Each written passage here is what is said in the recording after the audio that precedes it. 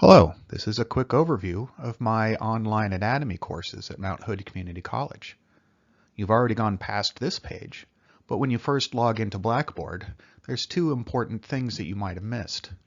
I can make announcements to the entire class over here, so take a look there every day that you log in. I may also send you personalized messages over here, so make sure that there's no messages sitting in that inbox. Otherwise, go ahead and click on the course. In a moment, you're going to be reading through the syllabus and schedule pages. These are very important pages, especially this one here, the schedule. This shows you what assignments are due and when they are due. So please refer to this page if you are ever in question as to what you need to be doing each week. For the most part, we do one chapter every week, but there are a couple of weird weeks where we do more than one chapter. You must click on the Mark Reviewed buttons on the syllabus and schedule pages before you will see the rest of the course. Once that has happened, you can click on the Lessons Homepage button and find the rest of the material that you need. Right now, you can't see that because the left-hand menu has been collapsed. You need to click on this little right-hand arrow over here before this menu bar shows up. At any point in time, you can click on the Lessons Homepage button to get back to this list over here of all of the chapters that you need to work on throughout the term. To begin, you're going to be clicking on Chapter 1 and working through that chapter. I have divided Blackboard up into individual chapters that correspond to the textbook. At the beginning of each of these chapters is an instructions page, which tells you everything that you need to do to complete that chapter. It will also provide a bunch of links to optional files that may help you to complete the work. When you have downloaded everything that you need to, click on the Next Page button up here. As long as you keep on clicking these Next Page buttons, you will be brought to every single page that you need to within Blackboard. If you ever get lost, you can always go back and click on the Lessons page and start over. Downloading any of those PDF files is optional. They are meant to be helpful, but not necessary. For instance, on the left, we have a list of the homework questions. You will be submitting all of your answers within Blackboard, but if you wish to print off a copy of all of the questions ahead of time, maybe to follow along with as you watch the lectures, it is available to you. On the right, I have shown you an example of an image from the lab reference. This PDF should help you to complete the lab homework. Most of the chapters contain a lecture video recording that you can watch from within Blackboard. Some of these videos are very long and are not meant to be watched in one sitting. For instance, the Chapter 10 video takes me 3 separate lecture days to get through in my face-to-face class. Watching these videos from YouTube might be a little bit easier than doing so from within Blackboard. For instance, because I have closed captioned all of my videos, you could watch these on your phone with the volume turned all the way down, which could be very handy if you take the bus or watch these videos at work. You can also click through all of the videos one at a time from within the YouTube playlist. This is a bit easier to do than logging into Blackboard every time you just want to watch a video. All homework assignments are done within Blackboard. Here is what the lecture homework assignment for Chapter 1 looks like. To start this assignment, you must click over here on the blue link that says Click to Launch. That will bring you to a page here where you can enter all of your answers into these little boxes, and you can save your answers. You do not have to finish this homework all in one sitting. As long as you save your answers, you could quit Blackboard and come back to it later. When you have finished the entire homework assignment, you must submit the homework assignment to me for grading. by clicking this button down here that says Save and Submit. For instance, I have entered my answers here. I click Save on these individual answers, and when I was happy with all of them, I would then submit this to the instructor for grading. Please give me 24 hours to grade this assignment. You will get 2 attempts at your homework assignments. I will provide feedback on your first attempt, and you will have a chance to resubmit your assignment before the due date to increase the number of points that you get. Please keep in mind for multiple choice questions, the letters get scrambled. The answers will remain the same, but option A might now be option C, so pay attention to what you are clicking on. When you click the Submit button, this is the screen that you should see next, telling you that you have actually submitted your homework to the instructor. You will be able to click immediately to see what you have submitted and see how the computer has auto-graded this assignment. Please keep in mind I actually grade these assignments. The computer does make some mistakes, especially for the ones that require you to type in answers rather than click buttons. Once you have submitted your lecture homework, you're going to have to find Chapter 1 again. Click on the Lessons homepage over here to the left. That should bring you to this page here that we're looking at now, and from here click on Chapter 1 again. You can always find the chapters by clicking on the Lessons homepage button to your left. Once you find the lab homework, you can start this assignment by clicking on the Click to Launch button once again. Unlike the lecture homework, the lab homework is only presented to you one question at a time. So you're going to have to click through the questions individually using this right-hand arrow over here. This is to save students who might have slow internet connections from having to download all of the images all at once. Some of these homework assignments can have big images and quite a number of them. The lab homework is entirely matching. You will take a look at this image here and then enter in the correct answers that correspond to the letters down here.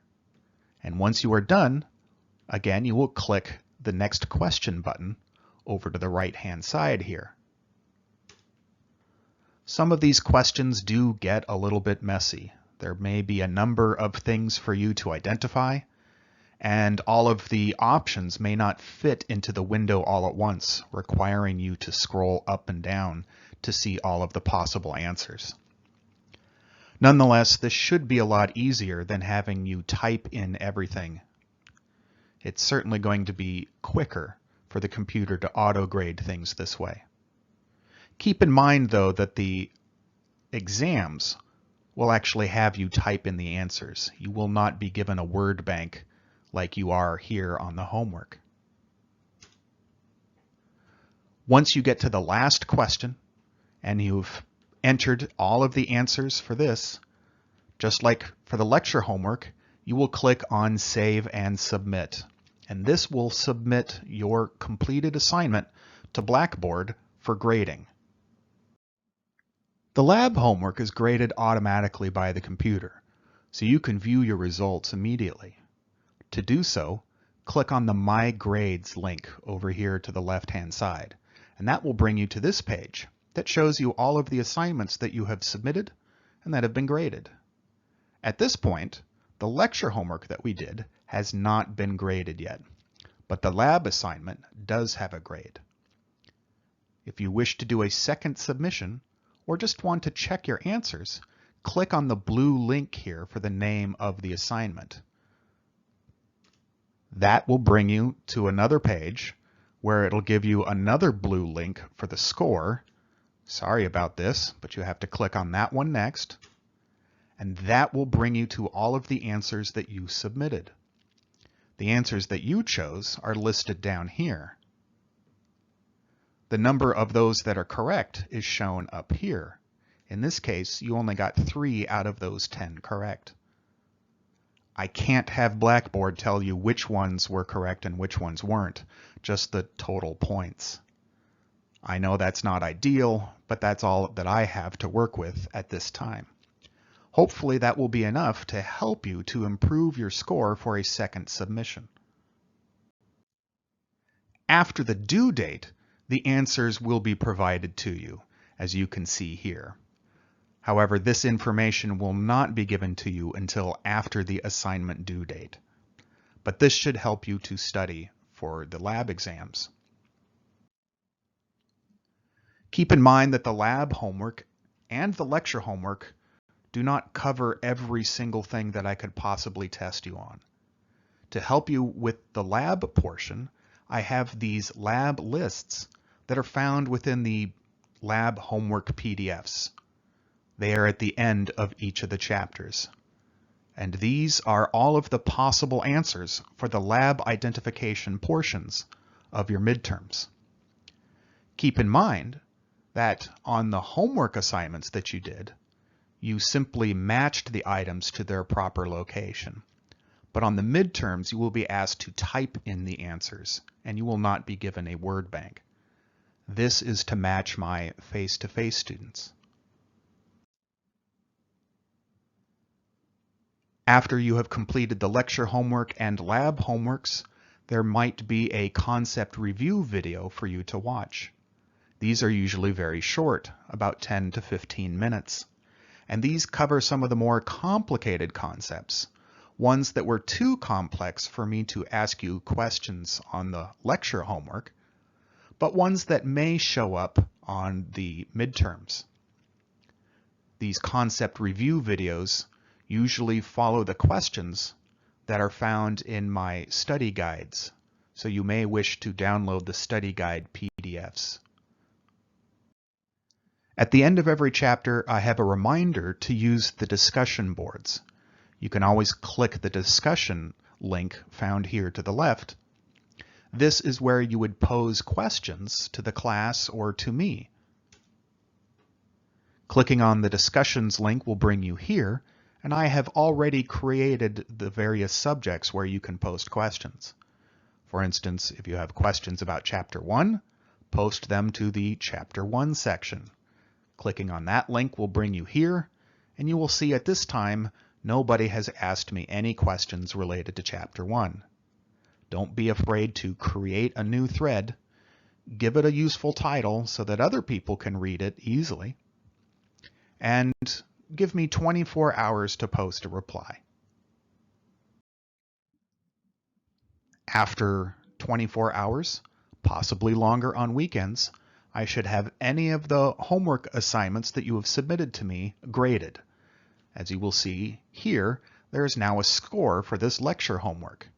You could click on this blue link now to take a look at all of the questions, all of your answers, and any feedback that I may have provided to you to try and help you on your second submission. Clicking on the blue link to the lecture homework brings you up this page here that gives you another blue link, your score, and clicking on that should now bring you to the pages where all of your answers and the correct answers are listed. The midterms and final are also able to be done at home or wherever you do this course. That also means that they are open note and open book. I do not make you pay for an external source that will watch you while you take your test. I, in fact, encourage you to use tools on these tests, with the rule that you may not copy and paste anybody else's work. So I am very strict on plagiarism, and I'll have more on that in a moment. But for now, the midterms and final can be done at home. Unlike the homework, these are timed. Once you hit the start button, you will have an hour and 20 minutes to finish the midterm, or an hour and 40 minutes to finish the final exam. And you are not able to hit pause and go do some research on a question and then come back to the test. So any time that you spend looking at your notes or going to the textbook or going to the internet to try and refresh your memory, that is less time that you will have on other questions. So I hope that you are using that wisely, meaning if you do it for a few questions, that's great. If you're doing it for every question, you're going to run out of time. Now, if you want to get a good idea of how quickly you are able to answer these questions and what sorts of questions are going to be on the test, take a look at the practice exam. The name here is a little bit hidden, but there is a practice test that is the equivalent of a midterm or final, only half the length and half the time. It does not count for any points, but it does pick half as many questions from the same pool of questions that your midterms and final will choose from. When I say pool of questions, that means I've written more questions than will be on your test, and the computer picks from them randomly. And that's to help reduce the chance that students are sharing answers before test day.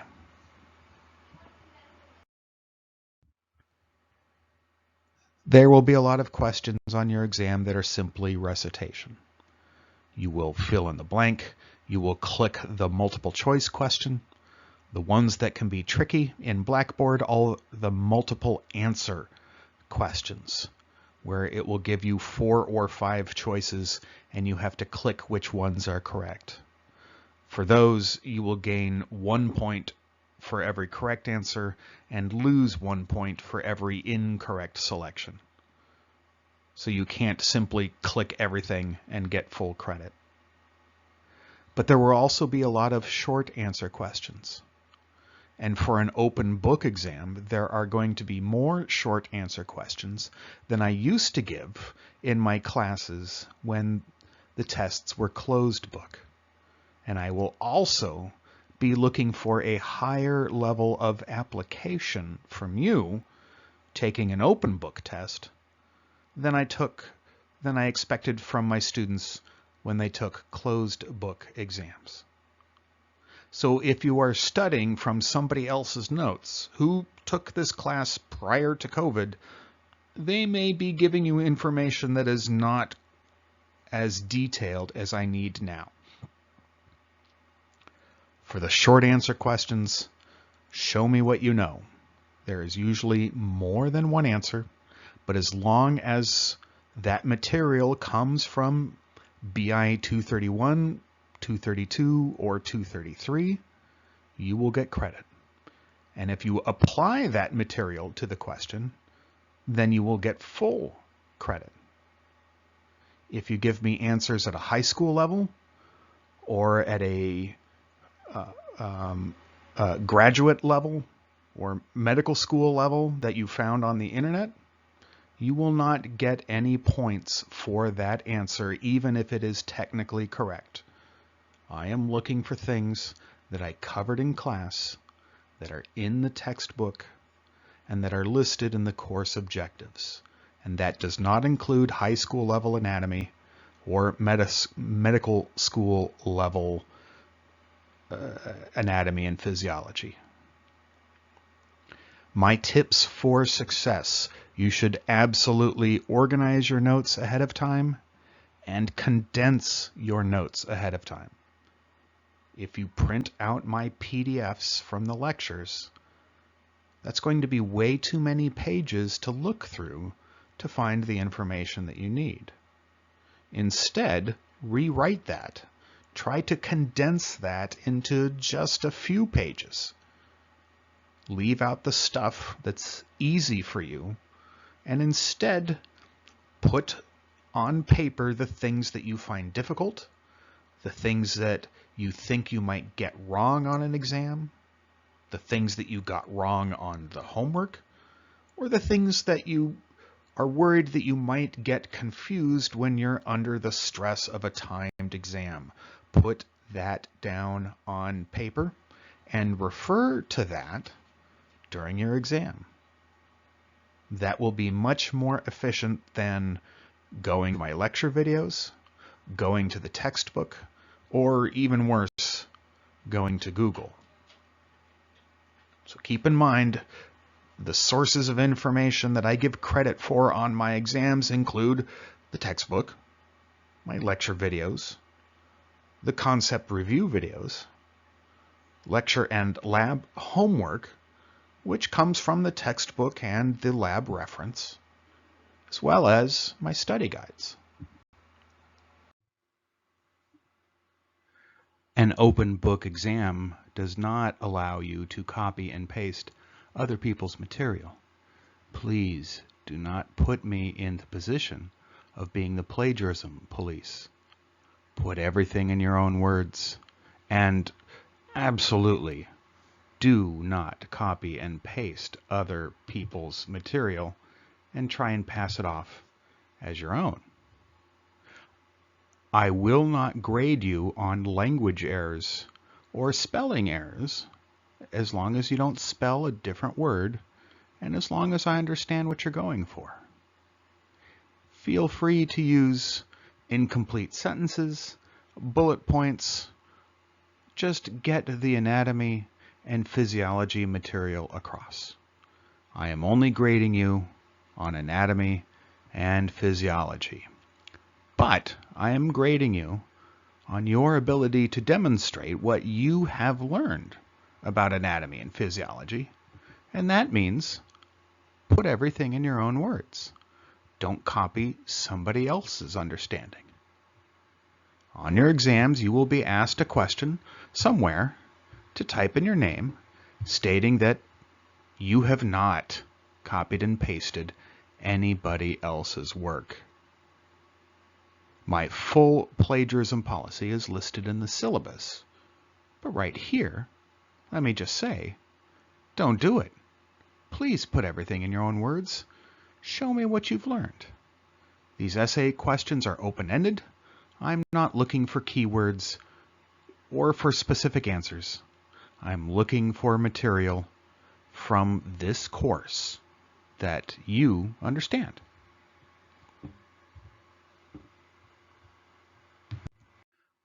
Lastly, I want you to know that I do not round up grades.